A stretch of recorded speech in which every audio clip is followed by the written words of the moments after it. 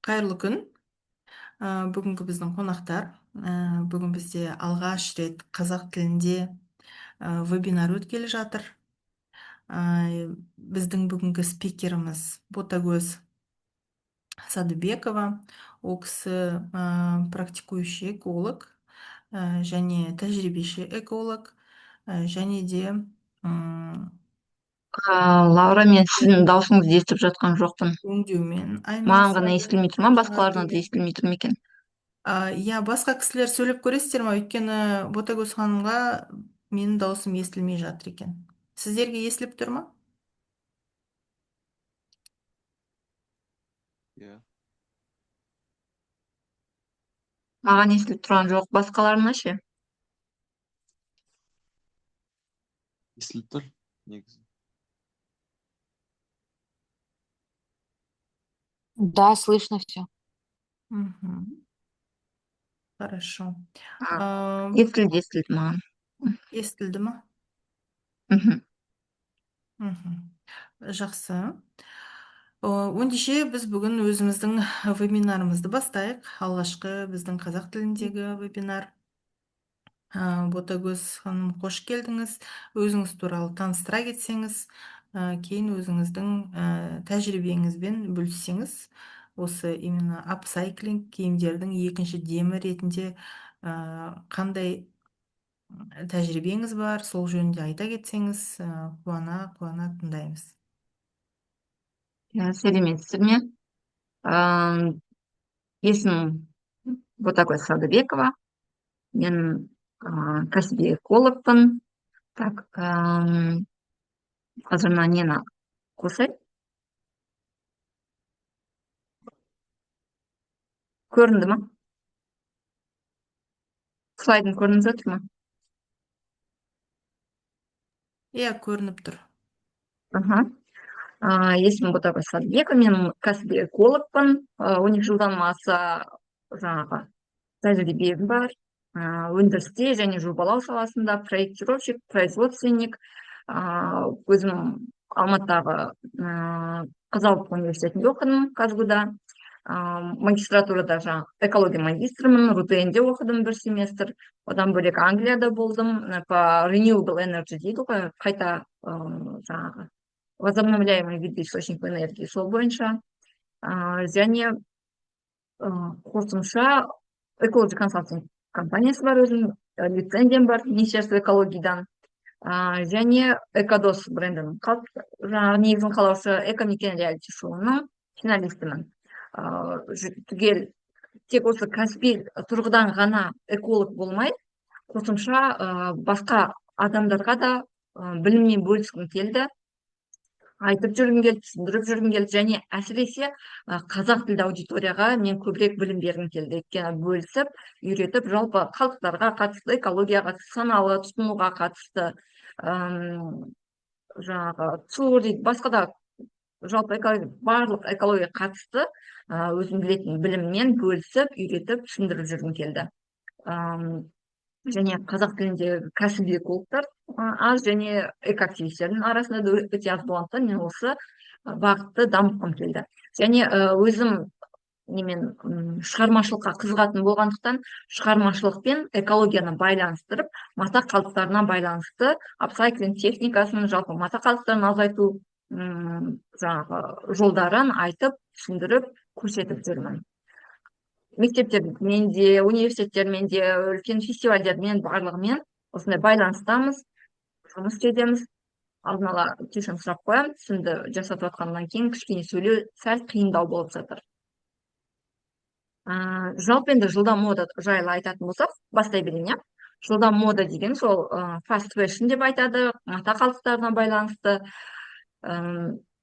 Осындай жаңағы оның зияны бар. Жылда мода деген ол тез, арзан, жиі ауысып отырады, тез өзгеріп отыратын сән тенденциясы. Бұл экология үлкен кәдімгідей әсерін тигізеді. Мата қалдықтар көбейеді, қоршаған орта ластанады. Қандай зияндары бар, иә? Атмосфераның ластануы, мата қалдықтарын жағу атмосфераны улы заттармен ластайды. Қалдықтардың көбеюі, әр жыл сайын 92 миллион тонна текстиль қалдықтар қосқа тасталады екен. Судың азаюы ол киім өндіру үшін көп мөлшерде су қажет болады. Мысалы, бір джинсы жасау үшін шамамен 3 мың 10 мың литр су жұмсалады. Химиялық қалдықтар ол осы топырақ пен суға зиянды химиялық заттар түседі үлкен мөлшерде. Бояғандар. Мынау мысалы статистикаға қарасаңыздар, әлемдік киім өндірісіне жұмсалатын су ресурстары 5 триллион литр су жұмсалады екен жыл сайын тек матаны бояуға. Және өнеркәсіпте қолданылатын судың 20% киім өндірісінен ластанады. Және бір жаңағыдай футболка дейді ғой, жейде тігу үшін 2700 литр тұщы су қажет болады. Өзіміздің ішетін суымыздың барлығы, жалпы су тапшылығы үлкен мөлшерде көлемде байқалып жатыр. Және мысалы Арал теңізімен жылдамаудың қандай байланысы бар деп ойлайсыздар жалпы? Екеуі бір-бірімен ешқандай бір байланыс жоқ сияқты, иә? Мысалы табиғатқа байланысты, басқа да жағдайларға байланысты. Қандай пікірлеріңіз болса, қандай байланысы бар деп ойлайсыздар? Естіліп жатыр ма? Кері байланыс беріп қойсаңыздар, болмаса чатқа жазсаңыздар да болады. Бәрі естіліп тұр. Жалпы мына Арал теңізімен жылдамаудың қандай байланысы бар десеңіздер, ол қазір мына өздеріңіз көріп отырғандарыңыздай Өзбекстаннан келеді, Сырдария, Амудария өзендері барлығы келіп, осы Арал теңізін сумен қамтамасыз етіп отыратын. Бірақ алайда осы жылдам моданың дамуынан киімді адамдар өте көп мөлшерде жаңағы өндіріп шығаратындықтан мақтаны көбірек өсіру керек болды. Мақтаны мата шығару үшін Өзбекстан көп мөлшерде Сырдариядан су алып, ол Арал теңізіне жетпей қалып жатты. Сондықтан ол кәдімгідей сусызданып, өте жаңағыдай кеуіп кеткен. Экологияға да әсері болды, экономикаға да әсері болды. Жалпы Қазақстанда қаншама, мысалы 23 жыл бойынша 429.390 тонна тоқыма қалдықтар түзілген. Өте үлкен көлемдегі қалдықтар. Соның 10% ғана қайта өңделген.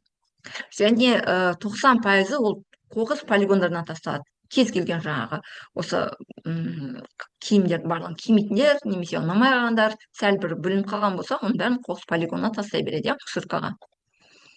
Мәселен шешу, ол халықтың экологиялық санасын арттыру керек, міндетті түрде осылай айтып, түсіндіріп, мата қалдықтары да, текстиль қалдықтары да жай пластик, басқа да макулатура деген сияқты қалдықтардан еш жаңағыдай не уступать дейді, ол кем түсіп тұрған жоқ. Бұл да үлкен мөлшердегі кәдімгідей қалдықтар, үлкен проблема. Мемлекеттен қолдау көрсетілу керек, заңнамалық базаны жетілдірілу керек, қалдықтарды қайта өңдеу, немесе оны қайта өңдегенге дейін қалдықтарды азайту, мүмкіндігінше өзгерту, түзету жағдайларын жасау деген сияқты. Инфрақұрылымды дамыту және сол айтқандай қалдықтарды азайту жолын қарау керек.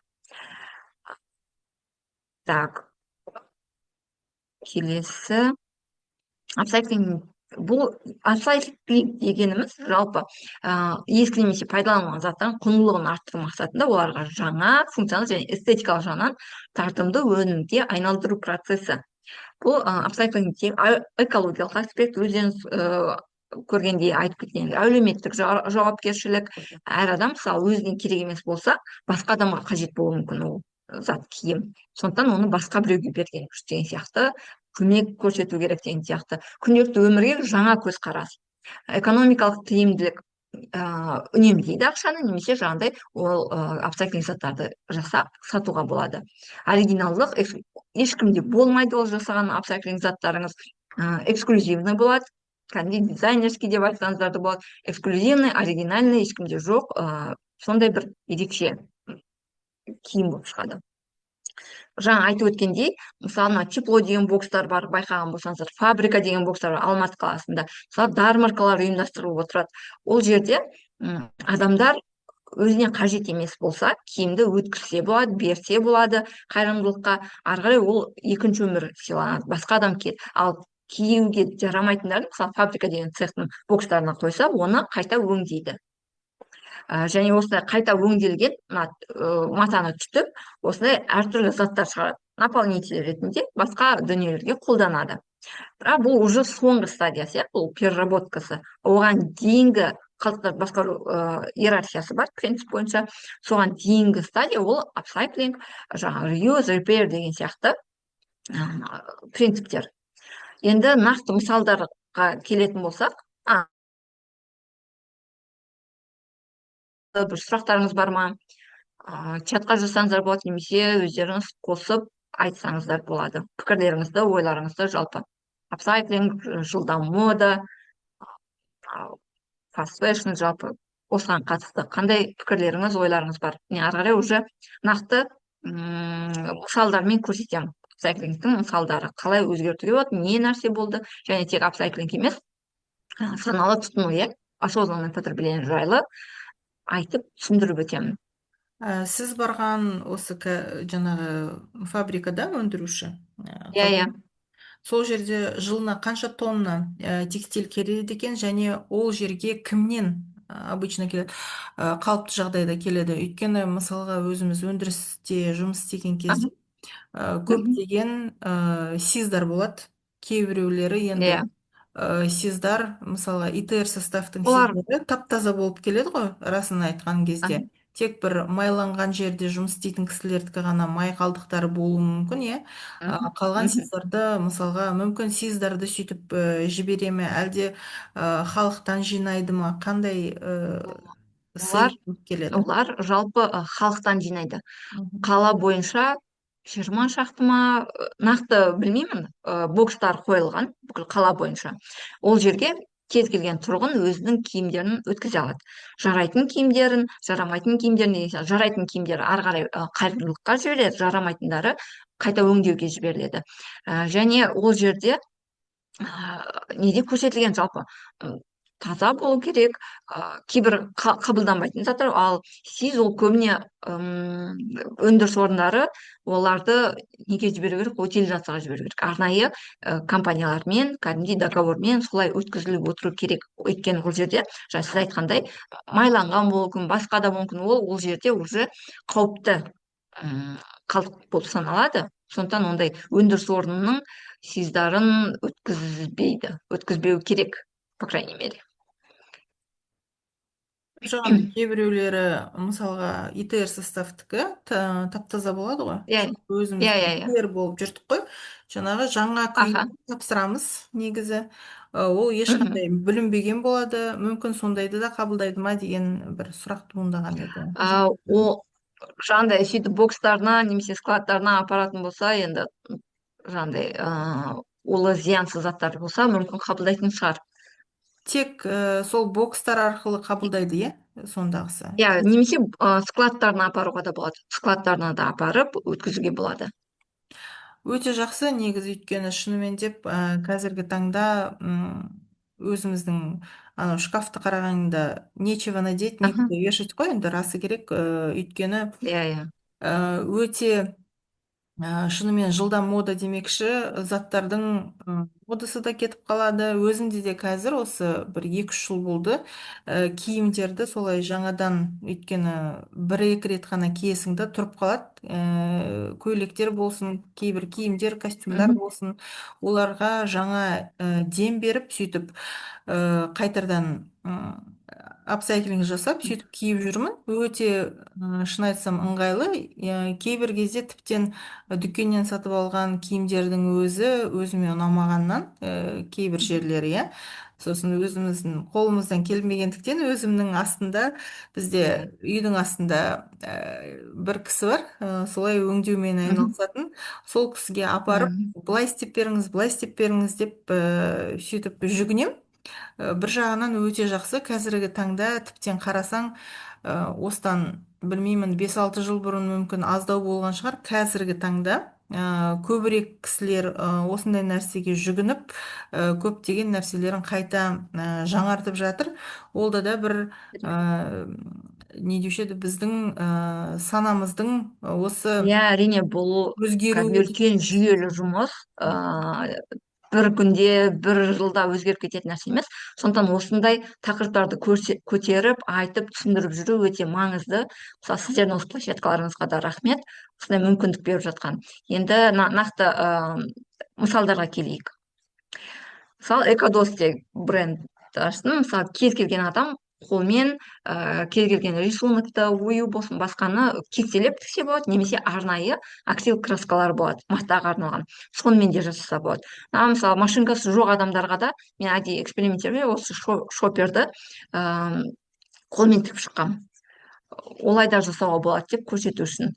Кәдімгідей шаңырақ, өзіміздің жаңағы үйіміз, еліміз дегенде жапырақ, жаңағыдай ою деген сияқты қазақилықпен осы құндылықты жеткізетін бренд деп ойлаймын. Және мысалы мына жерде обычная джинсовка. Біріншісі артына кәдімгі бір сурет болған, осындай болған, оны мен өзгерттім. Артына петроглифтерді жасадым. Сөйтіп, одан кейін біраз уақыттан кейін бұлардан жалап, петроглифтерді бөлек-бөлек осылай брошка жасап тастадым, алып тастап. Одан кейін мына көріп тұрғандарыңыздай осылай жилет жасап алдым. Оның жаңағы аяқ жағынан мынандай белдік сияқтап жасап алдым. Және юбкама осындай ою істеп қойдым краскамен.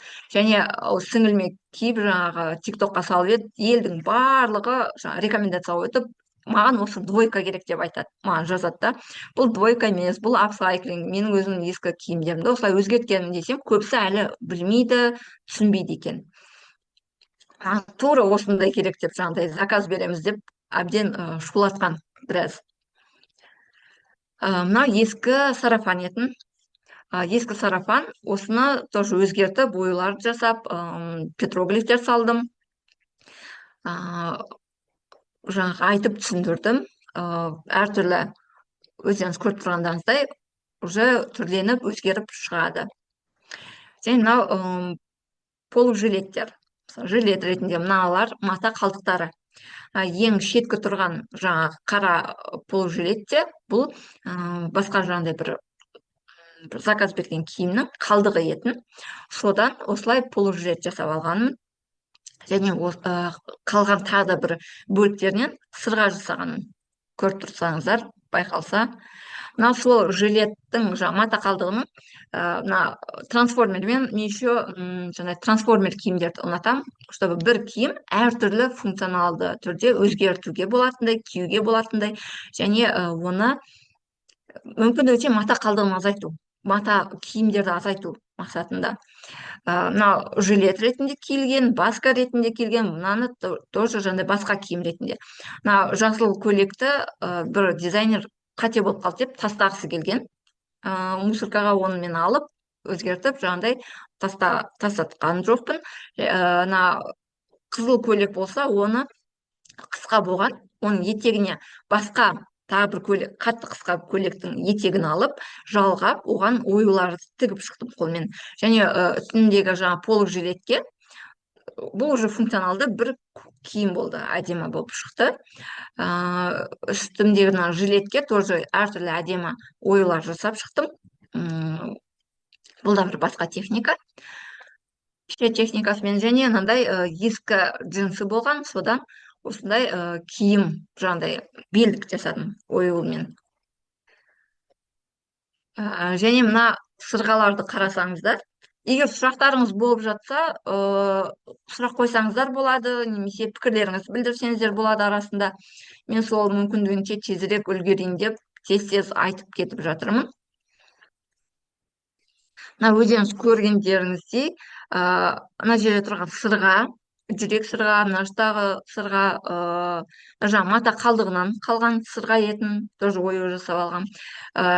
Бұл жаңағы белдік бар ғой, кәдімгі көк пен қара, ақ болып тұрған сырғалар, ол белдік, кожаный белдіктің жыртылып қалған, жаңа ескірген белдіктен жасалған сырғалар. Төбедегі тоже ою бар әдемі қызыл сырға, ол да матаның қалдығынан жасалған сырға.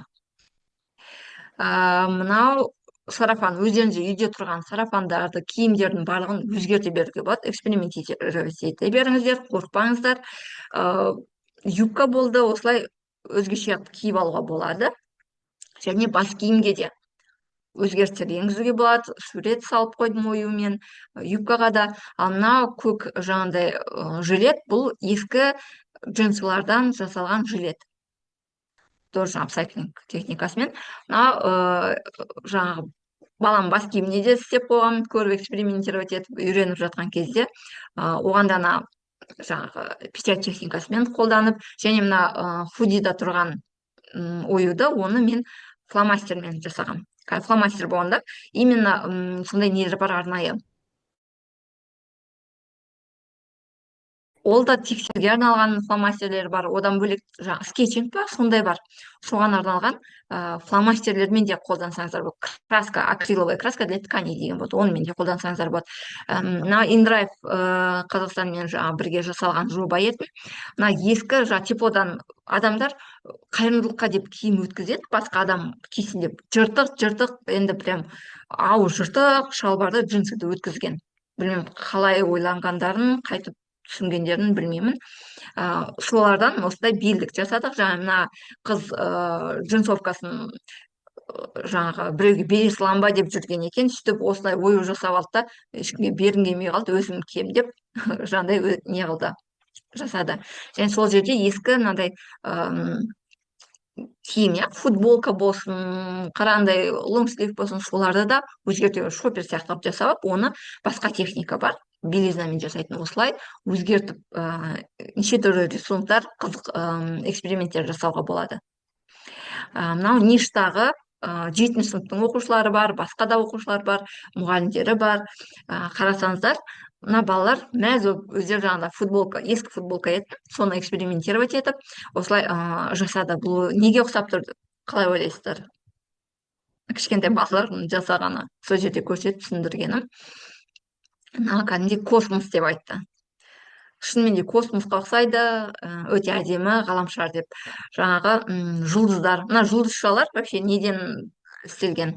Үйде ғана печенье бар ғой, соны істейтін темірлер, солардан жасап қолданып осылай істеген. Және красканы кішкене қолданды, осылай белизаны қолданды. Ана қыздар жаңа печать техникасымен, краскамен осылай киімдер жасап алды. Экранда дым жоқ па деген түсінбедім. Қазір жазып жатпа. Экранда бәрі көрініп тұр ғой, көрсетіп жатқан нелер. Вроде көрініп отқан сияқты. Міне, солармен мынау СДУ-дың Сүлеймен Демирел университетінің қыздарымен не қылдық, өзгерттік. Футболканы, өздердің сумкаларын, немесе тоже ескі джинсы болған, содан басқа жасады. Ол жерде бөлек этно металдармен, әртүрлі қызықты элементтермен де өзгертуге болады. Міне қыздар беліне белік, қара киімдеріне осылай рисунктармен қызықты жасап алды мастер-класста. Өздерінің киімдеріне, сумкаларына, барлығына эксперимент жасап, мынау КБТУ-дағы студенттермен, оларда неше түрлі техникаларды қолданды, жаңағы фломастермен де, краскамен де, белизнамен де, жаңағы қосымша заттармен барлығымен қолданып, өздері осылай өзгерістер жасады, апсайклинг істеді. Мынау аграрныйдың қыздары, оларда біраз эксперимент жасап, топ-топқа бөлініп, осылай өздерінің заттарын өзгертті. Мынау эко-акцияда тоже жігіт осылайынан көз жасап, андай қызықтығып, былай рисункпен жасады, екі түрлі техникалармен. Және оның футболканы мен тоже өзгертіп, жилет сияқты қылып киіп алдым. Тоже қызықты, ешкімде жоқ, бір оригинальный зат болып шықты. Міне мынау жаңа айтып өткендей жилет, сайклинг жасалған ескі джинсылардан. Ол басқа дизайнердің киімі. Мынау Шымбұлақта болған мастер-класс. Ол жерде тоже кез келген киімге осылай өзгеріс енгіздіріп, ерекшеленіп алуға болады. Мынау Россиядан келген жаңағы туристердің өзінің киіміне осылай жасап алып, әсіресе шетелдіктер қатты қызығады біздіктен, именно бізден кететін кезде бір частичка Казахстана хочу деген сияқты осылай өзгертіп алды. Алматы деп бәрін жазып алды. деп міне тоже туристтеріміз, кішкентай бала, мына жерде кісі де. Әйтеуір сол жерде көрсетіп, әрқайсысы бір хотя бы техникадан үйреніп кеткенге өздеріне естелік ретінде осылай алып кетті. Және мына бар юбкаларды, киімдерді осылайнан өзгертіп жасап алуға болады. Көріп тұрғандарыңыздай, мен моделім сіңлім болады. Кейде өстіп кигіздіріп, жаңағыдай суретке түсіріп аламын, көрсетемін адамдарға. Мынау тоже худи киімдерге де өзгертіп алсаңыздар болады. Белизнамен, ою салсаңыздар, немесе ана жапырақпен, неше түрлі кез келген бір өз техникалары бар, қызықты рисунктар жасауға болады. Ортада тұрған суретте көргендерде мына плащ, бұл менің нағашы әжемнің қанша жыл бұрын қайтып кеткен сандығында жатқан жаңағыдай кит плащ етін. Кәдімгі ретро стильдегі өте қанша уақыт біздің барлығымыздың осындай бір әжелеріміздің үйінде бір сандықтың түбінде жатқан қаншама киімдер бар, киттер бар. Соларды ақтарсаңыздар, неше түрлі қызықты дүниелер шығады, бар. Сол киімдерді жалпы қолдану, оны босқа жатқызбай пайдалану. Мына шетіндегі суретте де ішінде жаңағына жыртылған джинсыдан жасалған белдік, жаңа рубашка, ол секонд-хенд ретінде гараж сейлда алынған рубашка деген сияқты. Ал мынау шынықты болып жатыр ма, тез болып жатқан жоқ па?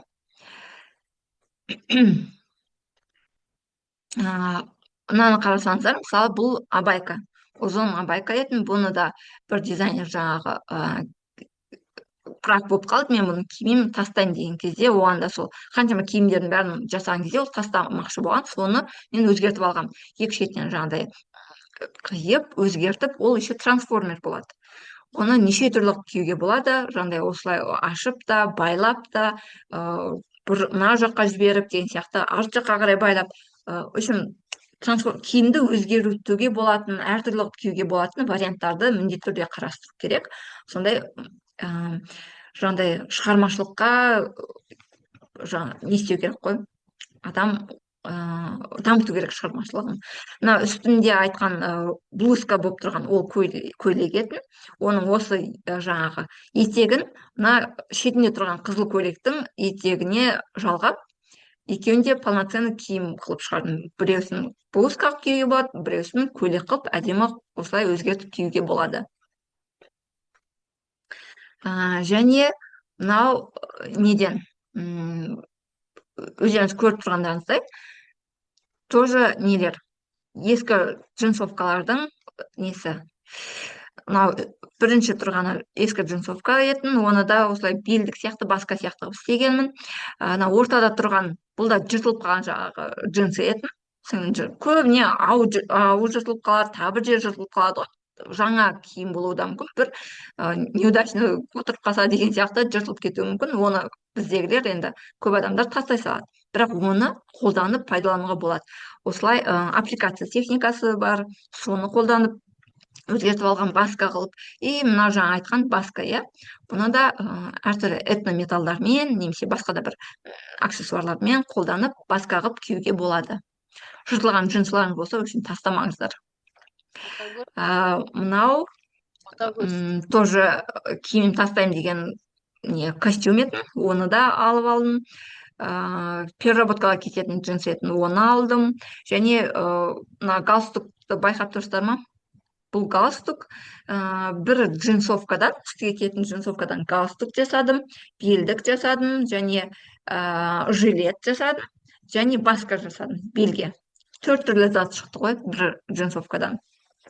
Оны да осылай қолдануға болады. Және мына ортадағы суретте үстіндегі қоңыр пиджак, ол секонд-хендтен алынған. Оны мысалы ешкім, обычный секонд-хендтегі жаңағы мужской пиджак әдемі, ерекше болып тұр, ешкімде ол бәрінде бола бермейді деген сияқты. Осылай образдарыңызға да ерекшелік сыйлап, өзгертіп жүруге болады.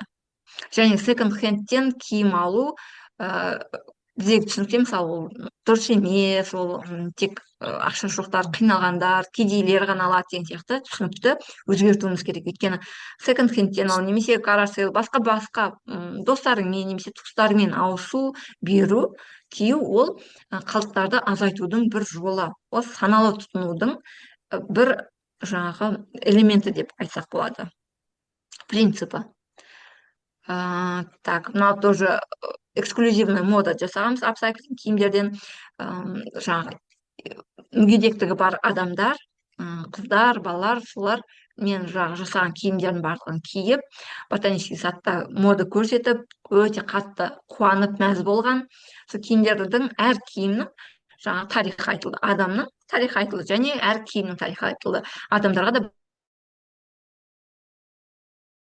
осылай өзгертуге болады екен ғой, мынау да ерекше болып тұрады екен ғой дегендей, жалпы адамдардың осындай көзқарасын, санасын өзгертуге бағытталған сондай бір қызықты инклюзивный мода болған. Мына көріп тұрғандарыңыздай қараңыз, мынау жилет тұр, біріншісі пол аппликация техникасымен, мына алдындағы өзгертіп алған сарафаным, мына ортадағы тоже кромка дейді ғой. Кромка деген ол матаның шетіндегі мынандай ең шеті. Көп тігінмен айналысатындар біледі, оны міндетті түрде қиып алып тастайды, өйткені киім тіккен кезде ыңғайсыз болады деп. Сол кромкадан осылай ою жасаған. Ал мына жерде бағанағы ана 7-ші сыныптың ништің оқушылары жасаған футболкадан, жаңағы ол ескі футболка, соны осылай жилетке қиып орналастырған. Және тағы біреусі мынау сол жаңа жылдың алдында болғандықтан осылай әдемі трафаретпен нелер, снежинкалар, соларды жасаған.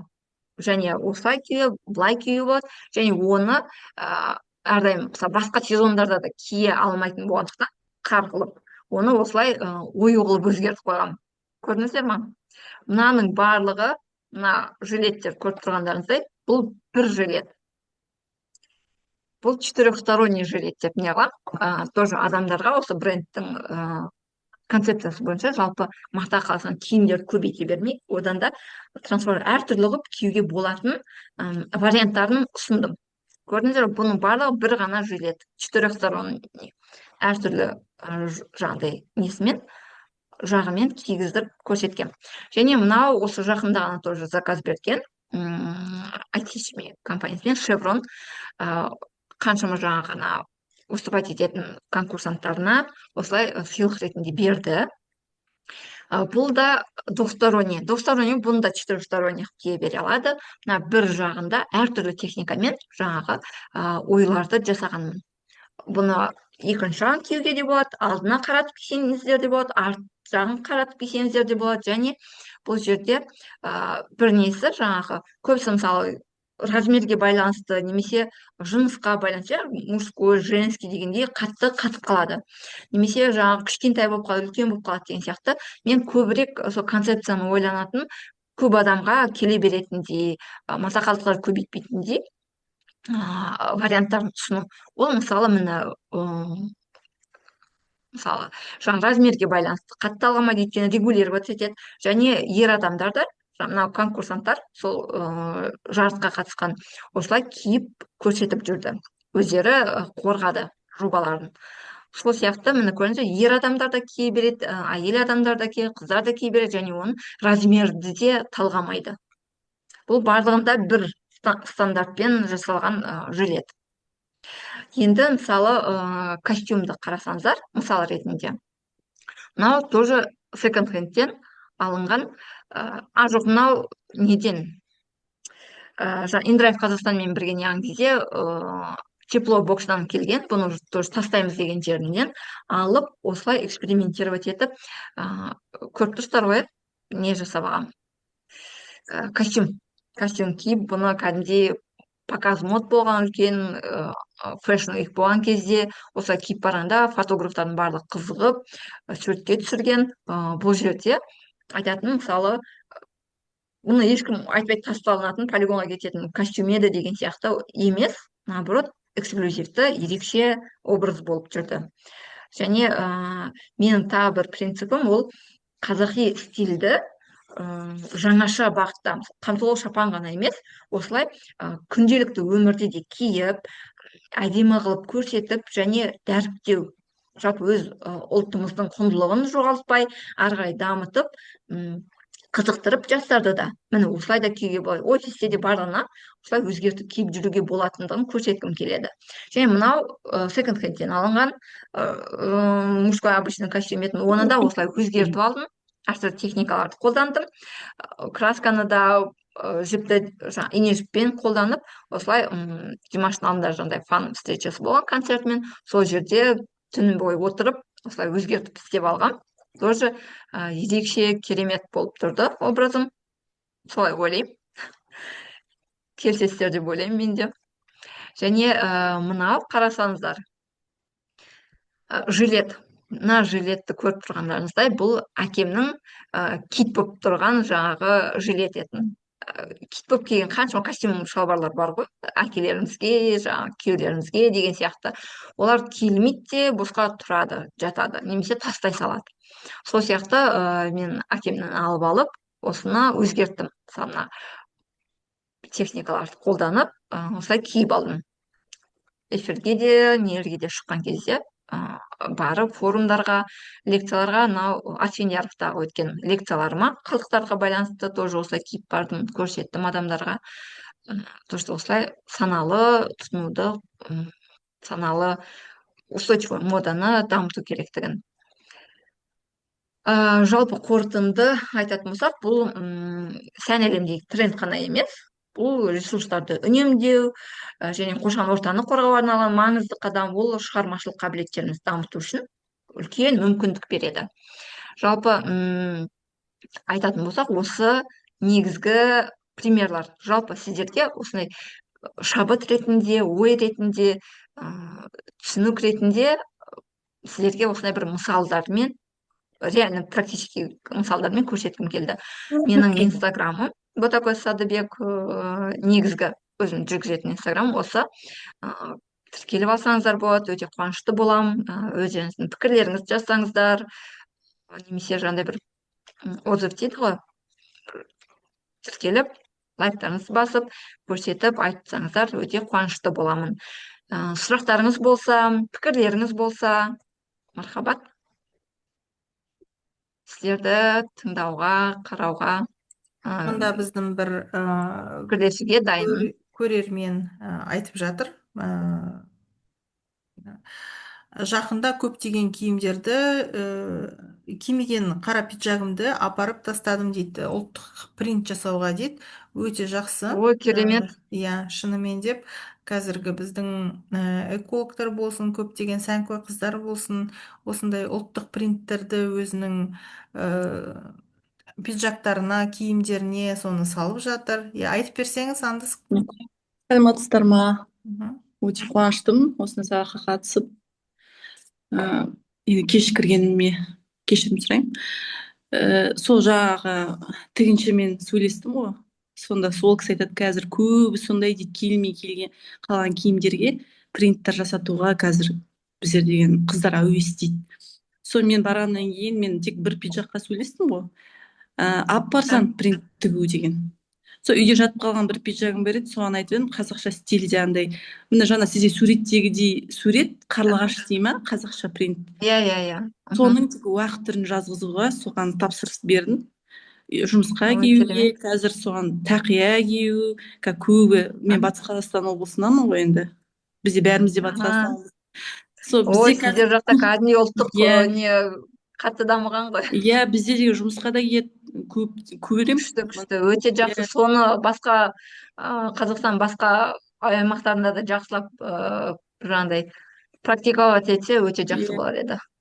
Сол қалған киімдерді де енді сол қазақша принтке ауыстыруға тырысамыз. Келмеген киімдер жатады ғой, деп босқа тек тоғысқа лақтырып атамыз. Екінші өмір беру үшін сол апаймен енді көрісіп көзбе көз көріп бәрін түсіндіріп айту керек болып тұр. Сол Орал қаласынан біздер Қарашығанақ кен орны бар ғой, сонда Ақсай қаласындамын.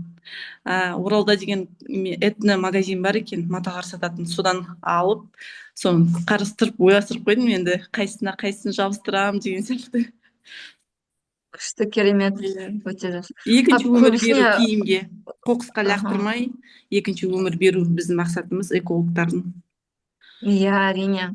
Ол экологтар кәдімгідей біледі, түсінеді.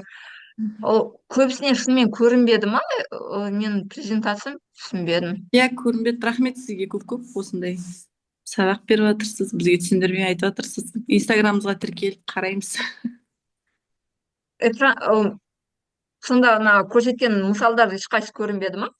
Запись болады жалпы. Аха. Анау экранда демонстрация деген тұрған кезде екеу тұрады да, соны таңдау керек. Соны Презентациясымен бөліссеңіз группаға, содан қарайық. Рахмет көп сауалыңызға. Білмеймін. Басынан онда немесе басқаша жасау керек пе еді? жақсы. Ал енді Тағы қандай сұрақтарыңыз? Мгм. Тағы қандай сұрақтарыңыз, пікірлеріңіз болса, мен тоже инстаграмды жіберіп қоямын, онда и презентациямды Слайдпен бөлісіп жіберіп қоямын. жіберсеңіз, иә, группаға біздің қыздар мен жігіттер қарап жіберсе, оны да өздеріне бәлкім бір керекті нәрселер алар. Сізге бүгін көптен көп рахмет. Өйстіп уақытыңызды Сіздерге бөліп де рахмет. бізбен өзіңіздің тәжірибеңізбен апсайклинг бойынша бөлісіп жатқаныңызға, саналы эколог болғаныңызға рахмет. Осылай бізді де шабыттандырып, әдемі әсем киімдерді көріп, мына жақта шабыттанып жатырмыз. Шынымен де өзім сізбен Рахмет. жеке Алматыға барған кезде танысып, форумда, сол кезде де Иә, үстіңізден сондай керемет киім үлгілерін көрдім. Шынымен де рахмет. ерекше болып көзге түседі екен. Енді ары қарай осыны әрбір эколог қолға алып, одан басқа да біздің қасымыздағы кісілерге соны санасына жүктеп дегендей сондай іс-әрекеттер жасай берейік. Осы біздің Қазақстанымыздың, Рахмет. еліміздің, жеріміздің, тіптен осы планетамыздың әр адам қоқыстардың азаюына өзінің септігін тигізе алатындай іс-әрекет жасап жатқаныңызға рахмет. Енді мен иә, андыз айтып жатыр, жиналыста айтамын деп, өте керемет. Шынымен де, өйткені қазіргі таңда әр зат өзіңнен басталады ғой. Өзің қоршаған ортаң сөйтіп ары қарай кете береді. Енді рұқсат етсеңіздер, мен ары қарай обучение бойынша айтып жіберсем. Бізде ертеңгі күні интерактив онлайн встреча болады. Штрафы по экологии на предприятии и как избежать, минимизировать риски бойынша. Қазіргі осы 25-26 жылдары штрафтардың көлемі өте ұлғаюда, және де прокуратура болсын, департаменттер болсын, құзырлы органдардың өте көп штрафтар салып жатыр. Сондықтан бұл өте керек оқу болғандықтан, қайта кісілер онлайнда өткіз деп сұрағандықтан, сіздер үшін осы 8 қарашаға жасадық. Ертең бұйыртса осы обучение болады. Және де оценка, расчет управления выбросами парниковых газов на предприятии деген біздің оқуымыз бар. Бұл өйткені бізде орган валидация верификация болғандықтан, біз бұл оқуды міндетті түрде 1-2 айда жасап отырамыз. Себебі біздің негізгі міндетіміз әрбір эколог дұрыс мәлімет беріп, осы парниктік газдар бойынша, шығындылар бойынша жақсылап түсініп, оны қалай есептеу жөнінде, инвентаризация жасау жөнінде, скоп 1, 2, 3 деген не екенін білу үшін біз осындай оқу шығарып қойдық, курсты. Енді соған келіп, парниковый газы бойынша әрбір нәрсені біліп алуларыңызға болады. Және де у нас будет семинар «Экологическая политика управления воздействием предприятия», оценка отходы, разрешения и выбросы парниковых газов. Здесь у нас будет трехдневное обучение 28-го, я здесь ошиблась, 26-го, 28-го, 24 часа у нас будет рассматриваться сам экологический кодекс, да, новшества, получается, как получать разрешение, ОВОЗ, и также по парниковым газам тоже какая-то вводная часть здесь тоже будет, для того, чтобы люди действительно понимали, знали, как рассчитывать эти выбросы, какие нормативки нужны, все эти моменты. И, кстати, с нами по парниковым газам будет сам руководитель органа валидации и верификации, и по экологической политике и управлением воздействием на предприятию тоже будут и СМЭПРа, и практикующие экологи, поэтому просим прийти на данное обучение и обучиться этим. Также у нас будут нормативы экологического кодекса, государственное регулирование экологическое и контроль, управление отходами, внедрение СМ, отчетности. Да. Данное мероприятие у нас будет именно семинар 4-6 декабря. Он будет сейчас только онлайн, пока у нас заявки пришли. И здесь как раз-таки будут и практикующие экологи, которые вам покажут, как взять КР сам, да. Те, кто уже брал несколько раз, практикующие экологи расскажут об этом. Также с Министерства экологии, с КРК самого комитета, получается, коллеги тоже будут и расскажут о всех моментах, которые касаемы этой темы. Также у нас в декабре месяце заново мы повторим по парниковым газам, так как уже с января месяца по март у нас экологи будут заняты именно верификацией самой, и это у нас в этом году будет крайнее мероприятие по семинару именно по парниковым газам.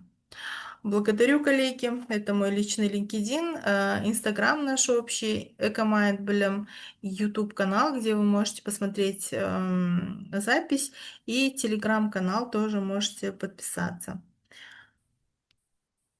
Так. Рахмет сіздерге де қосылғандарыңызға, тыңдағандарыңызға. Презентация көбісіне көрінбесе де, онда презентацияны, примерлердің бәрін тоже жіберем, көріп, идея алуға. Рахмет көптен көп сізге, Ботагөз ханым. Келесі кездескенше. Бізде келесі вебинар келесі жұмада болады. Жұмада емес, аптаның басында болады. Соған сіздерді күтемін. Сіздерге әлі жаңағы афишаны жіберетін боламын. Рахмет көптен көп. Сау болыңыздар. Күндеріңіз сәтті өтсін. Жұмаларыңыз. Сау болыңыздар.